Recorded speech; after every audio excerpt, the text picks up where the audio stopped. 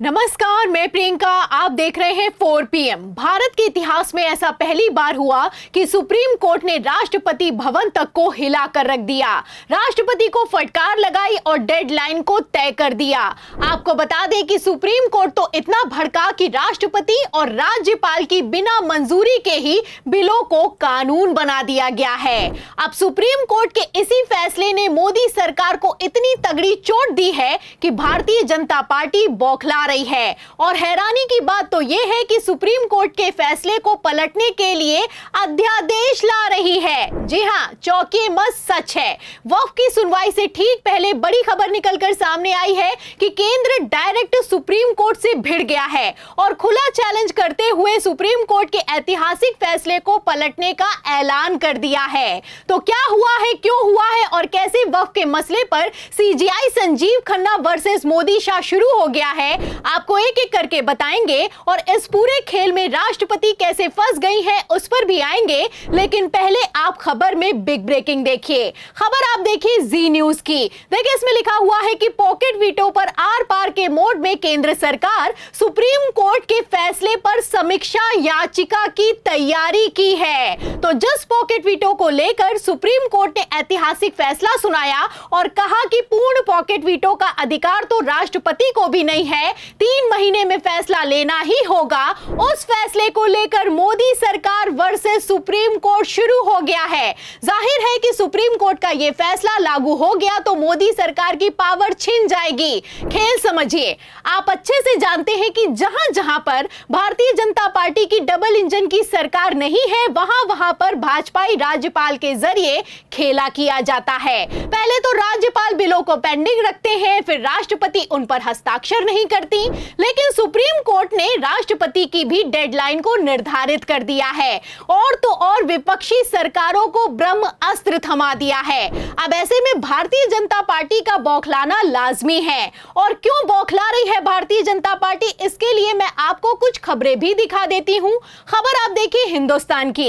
देखिए, इस खबर में लिखा हुआ है कि अरविंद केजरीवाल को चुनाव से पहले झटका, ईडी को मिली उपराज्यपाल से मुकदमा चलाने की मंजूरी। तो दिल्ली में जब केजरीवाल सरकार में थे तो उपराज्यपाल और केजरीवाल की कितनी टकरार थी, जग जाहिर है। कैसे उपराज्यपाल के साथ मिलकर ईडी ने खेला किया और केजरीवाल समेत मनीष सिसोदिया, संजय सिंह और सत्येंद्र जैन तक को जेल में ठूस दिया गया, आप अच्छे से जानते हैं। जो हाल दिल्ली का है वही हाल बंगाल का है, केरल का है, तमिलनाडु की स्टालिन सरकार का भी है।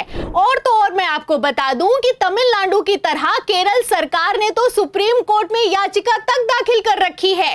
खबर देखिए एनडीटीवी की। इसमें लिखा भी हुआ है कि केरल ने राज्यपाल द्वारा राष्ट्रपति की मंजूरी के लिए 7 विधेयकों को सुरक्षित रखने के खिलाफ सुप्रीम कोर्ट का दरवाजा खटखटाया है। तो एक एक खबर से आप अंदाजा लगा सकते हैं कि राज्यपाल और राष्ट्रपति की पावर होना मोदी सरकार के लिए कितना जरूरी है। क्योंकि राज्यपाल अगर पावर में होगा तो मनमानी चलाई जा सकती है, विरोधी सरकार को भी आसानी से गिराया जा सकता है, जैसे कि महाराष्ट्र का उदाहरण आप जानते हैं। और राष्ट्रपति की पावर के तो क्या ही कहने, आप अच्छे से जानते हैं कि किस तरीके से पहले तो बिलों को लटकाया जाता है, फिर उसके बाद राष्ट्रपति शासन लगाया जाता है। मणिपुर का ताजा उदाहरण आप जानते हैं, जब कांग्रेस ने अविश्वास प्रस्ताव लाने की तैयारी कर ली और तो और भारतीय जनता पार्टी के ही विधायकों ने अपनी ही सरकार के खिलाफ बगावत कर दी, तो आनन फानन में गृह मंत्री अमित शाह पहले तो मणिपुर पहुंचे, फिर मणिपुर में राष्ट्रपति शासन लगा दिया गया। आप इस खबर से अंदाजा लगा सकते हैं कि किस तरीके से भारतीय जनता पार्टी ने मणिपुर में अल्पमत में आई सरकार को राष्ट्रपति शासन लगाकर बचाया है। खैर, सुप्रीम कोर्ट ने इस खेल को एक ही झटके में खत्म कर दिया है। इसीलिए भारतीय जनता पार्टी बौखला रही है और समीक्षा बैठक बुलाई गई है। और इस बैठक में क्या फैसला हुआ है, मैं आपको खबर का मेन पॉइंट पढ़कर सुना भी देती हूं। देखिए, जी न्यूज की खबर में आगे लिखा भी हुआ है कि आर पार के मोड में केंद्र सरकार राष्ट्रपति और राज्यपालों द्वारा राज्य विधानसभाओं द्वारा पारित विधेयकों को मंजूरी देने के लिए समय सीमा तय करने वाले सुप्रीम कोर्ट के फैसले पर पुनर्विचार याचिका दायर करने के लिए विचार कर रही है। अधिकारियों ने रविवार को कहा, हालांकि अभी तक कोई निर्णय नहीं लिया गया है। तो मोदी सरकार पुनर्विचार पुनर्विचार याचिका लाएगी या फिर कि अध्यादेश लाकर सुप्रीम कोर्ट के फैसले को पलट देगी, ये देखना होगा। क्योंकि भारतीय जनता पार्टी को सुप्रीम कोर्ट के फैसले से कैसे तगड़ा तमाचा लगा है आप जानते हैं। ऐसे में इतना तो साफ है कि गृह मंत्री अमित शाह चुप नहीं बैठने वाले हैं और अध्यादेश लाकर फैसला पलटना बीजेपी के लिए कोई बड़ी बात नहीं है। पहले भी ऐसा हो चुका है। खबर नहीं याद है तो खबर देखिए भास्कर की, इसमें लिखा भी हुआ है कि केंद्र ने केजरीवाल के साथ फिर खेल कर दिया। दिल्ली में अधिकारियों की ट्रांसफर पोस्टिंग वाले बिल में बदलाव, नए नियम को समझिए। जब सुप्रीम कोर्ट ने, आपको मैं बता दूं कि फैसला सुनाया कि अधिकारियों की ट्रांसफर और पोस्टिंग के फैसले दिल्ली सरकार लेगी, इसमें उपराज्यपाल का कोई हस्तक्षेप नहीं होगा, तो केजरीवाल की सरकार के दौरान मोदी सरकार भारी टेंशन में आ गई और सरकार आनन फानन में अध्यादेश लेकर आई और एक बार फिर से ट्रांसफर पोस्टिंग के सारे अधिकार उपराज्यपाल को दे दिए गए। अरे जो सरकार मुख्य चुनाव आयुक्त की नियुक्ति पैनल में सीजीआई की दखल तक बर्दाश्त नहीं कर सकती है, अध्यादेश लाती है और सीजीआई को नियुक्ति पैनल से हटाती है, वो सरकार राष्ट्रपति और राज्यपाल की पावर खत्म होने पर कैसे चुप बैठ सकती है, समझने वाले अपने आप में समझते हैं।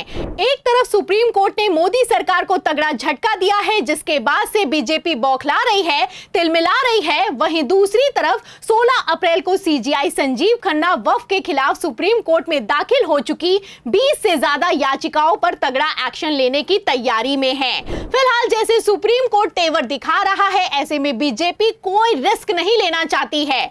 आपको बता दें कि सुप्रीम कोर्ट में कैवियट दाखिल कर दी गई है कि हमारा पक्ष भी सुने, जल्दबाजी में कोई फैसला ना लिया जाए। लेकिन यहाँ पर एक बात गांठ बांध लीजिए, अगर सीजीआई खन्ना ने वक्फ के खिलाफ फैसला दे दिया तो इसे भारतीय जनता पार्टी किसी भी कीमत पर बर्दाश्त नहीं कर पाएगी। अभी तो राष्ट्रपति के खिलाफ आए फैसले पर मोदी सरकार आर पार के मोड में दिखाई दे रही है, लेकिन वक्फ कैंसिल होने पर बीजेपी अगर कल को अध्यादेश ले आए और सुप्रीम कोर्ट के फैसले को पलट दे तो ये मोदी शाह के लिए कोई बड़ी बात नहीं है। फिलहाल ठीक एक दिन बाद वक्फ कानून पर सुनवाई है और ठीक एक दिन पहले सुप्रीम कोर्ट के फैसले पर भाजपा बौखलाई है। ऐसे में सीजीआई संजीव खन्ना वर्सेस मोदी शाह में कौन बाजी मारेगा, इस सवाल के जवाब में इस पूरी खबर पर आपकी क्या राय है हमें कमेंट बॉक्स में जरूर लिखें। वीडियो को ज्यादा से ज्यादा शेयर करें, हमारे चैनल को लाइक करें, सब्सक्राइब करें, ज्वाइन करें। फिर मिलते हैं अगली खबर के साथ, तब तक के लिए धन्यवाद।